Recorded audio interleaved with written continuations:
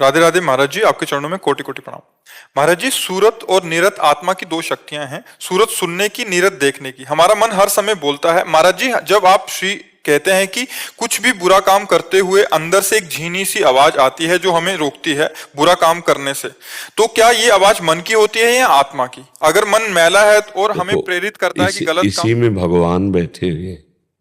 हमारी बुद्धि में भी भगवान है। जब भगवान प्रेरित करते हैं तो सुमति को प्रेरित करते हैं। ये कुमति विषयाभिलाषिणी बुद्धि, सुमति भगवत कृपा युक्ति बुद्धि। विभीषण जी रावण से इसका परिचय बता रहे हैं।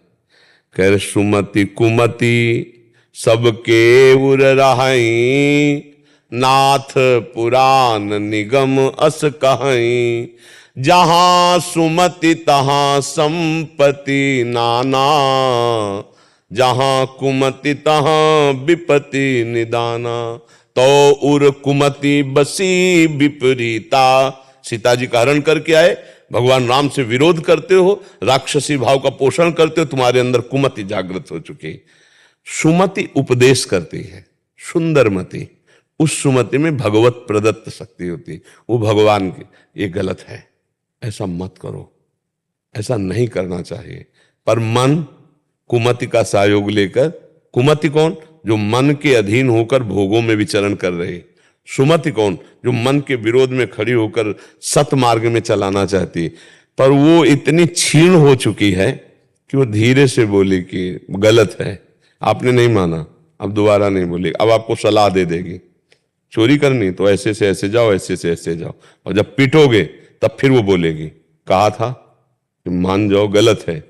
फिर वो धीमे से बोलेगी, तो वो पश्चाताप करता है, यार कहा तो, सुना तो था, हृदय में मेरे तो मैं आया था कि गलत, पर मैं कैसे फंस गया, कैसे। वो फिर परेशान होता है। तो जो सुमति है वो भगवत स्वरूप है, वो गुरु स्वरूप है। इसीलिए कहते हैं सबके हृदय में गुरु बैठे हैं, अखंड मंडलाकारम व्याप्तमेन चराचरम। वही गुरु बैठे सुमति देते रहते हैं, पर हम उनकी बात नहीं मानते। इससे सुमति की जो सुमति से जो प्रेरणा आती है वो मन में आती है या आत्मा की तरफ से आवाज आती है जो अंदर से? नहीं, देखो, आत्मा तो आपको हम बता रहे हैं निर्लेप निर्विकार है ना, उसमें कोई आवाज है ना, उसमें कोई चेष्टा है। जो आत्मा है वो पावर है, वो एक विशिष्ट पावर है, अनंत बलशाली, अनंत ज्ञान समुद्र, अनंत वैराग्य। अपनी जो आत्मा है वो साक्षात भगवत स्वरूप है। वहां कोई क्रिया नहीं, वो निष्क्रिय है, वो एक है, वो चैतन्य है। ये जो आती है बुद्धि में आती है, बुद्धि में प्रकाश है, बुद्धि निश्चय करने वाली होती है। और जो कुमति जिसकी कुसंग के कारण जोर हो गई तो गलत निश्चय करती, और जिसकी सुमति जोरदार हो गई सत्संग के कारण तो कुमति को दबाकर अपना शासन करने लगती। आत्मा की आवाज नहीं होती, वो सुमति कुमति की प्रेरणाएं हैं, उनको समझना है। बुद्धि का कार्य निश्चय करना, मन का कार्य संकल्प विकल्प करना, और चित्त का कार्य जो संकल्प विकल्प निश्चय हुआ उसका चिंतन करना और स्वीकृति करना, ये अहम का कार्य है। मैं ये करूंगा, मैं ये नहीं करूंगा। मलिन अहंकार हर चीज में वो है, मलिन अहंकार स्वीकृति दे देगा कुमति का। और अगर पवित्र अहंकार हुआ है, पवित्र अहंकार दासत्व का होता है, मैं तो प्रभु का दास हूं, मैं वैष्णव हूं, मेरे द्वारा क्या ऐसा होना चाहिए? नहीं, पर मन तो कह रहा है, मुझे अच्छा भी लग रहा है कि ऐसा करूं, पर ऐसा नहीं करूंगा क्योंकि मैं भगवान का दास हूं। जब तक मैं भगवान से नहीं जुड़ा था तब तक हो गया, अब तो नहीं होगा।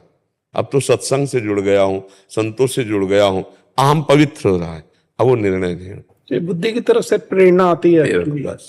तो महाराज जी, जब आपने कहा आत्मा, जैसे अभी आप जी ने बोला कि आत्मा शुद्ध है, पवित्र है, निर्लेप है, आप उसी के साथ आप जी जब कहते हैं कि अहंकार विमूढ़ आत्मा, तो उसका फिर इसका क्या मतलब है कि आत्मा के ऊपर हाँ, अब आप इसको ये समझना है कि जैसे शीशा रखा हुआ है तो हम दो हो गए, और शीशा हटा दो तो हम एक हो गए ना। तो अंतःकरण धर्म से जब बात करेंगे तो अंतःकरण में जो अहम है वो आत्मा का प्रतिबिंब है, आत्मा का प्रतिबिंब है। वो आत्मा मैं करता हूं नहीं है, मैं भोगता हूं नहीं है। उसी अंतःकरण अहम में तदात्म हो जाने के कारण, शुद्ध आत्म तत्व का ज्ञान न होने के कारण जीव पुनरपि जननम पुनरपि मरणम, क्योंकि कर्ता और भोक्ता भाव को स्वीकार कर रहा है।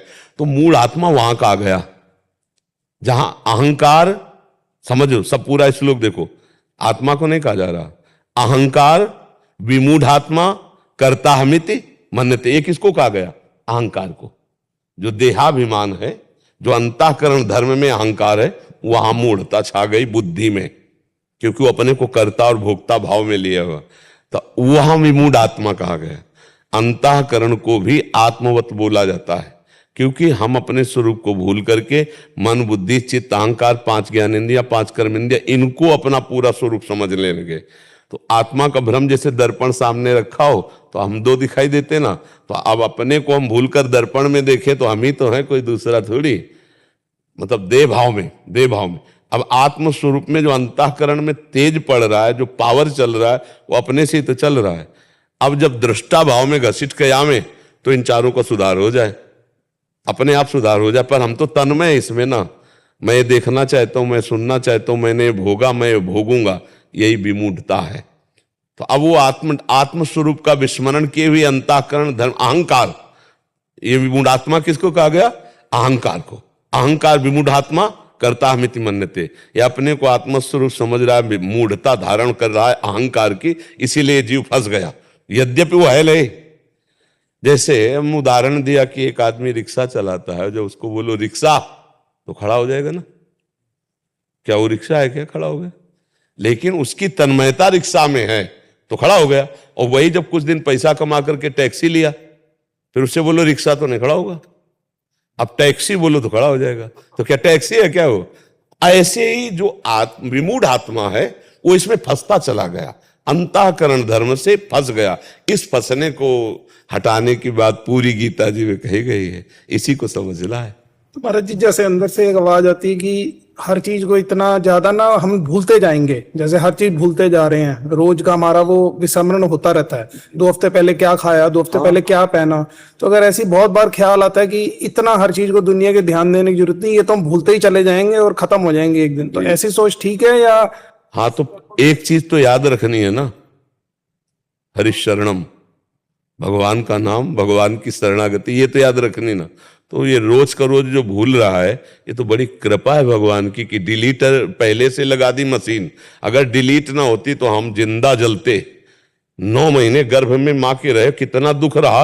अगर वो हमें याद हो तो हमारी हालत खराब हो जाए, याद करके हालत खराब हो जाए, ऐसे थे। और एक झिल्ली और लिबलिबा पदार्थ सब घड़े, तो उसी के बीच में कीड़े की तरह इधर मूत्राशय मलाशय के बीच में होता है गर्भ। अब आप विचार करो कितना कष्ट था। ये भगवान की बड़ी कृपा है कि हर कष्ट भुलवाते जाते हैं, डिलीट करवाते जाते हैं, अपने आप माया डिलीट। तो ये बड़ी कृपा है। अगर हमें पूर्व जन्म की सब याद हो ना तो हम जल जाएं, अभी इतना कष्ट हो जाए हमको, इतने परेशान हम हो जाएं। जो एक बात केवल भूलना नहीं है, वो हम भूलते रहते हैं, और जो याद नहीं कर रहा है वो हम याद करते रहते।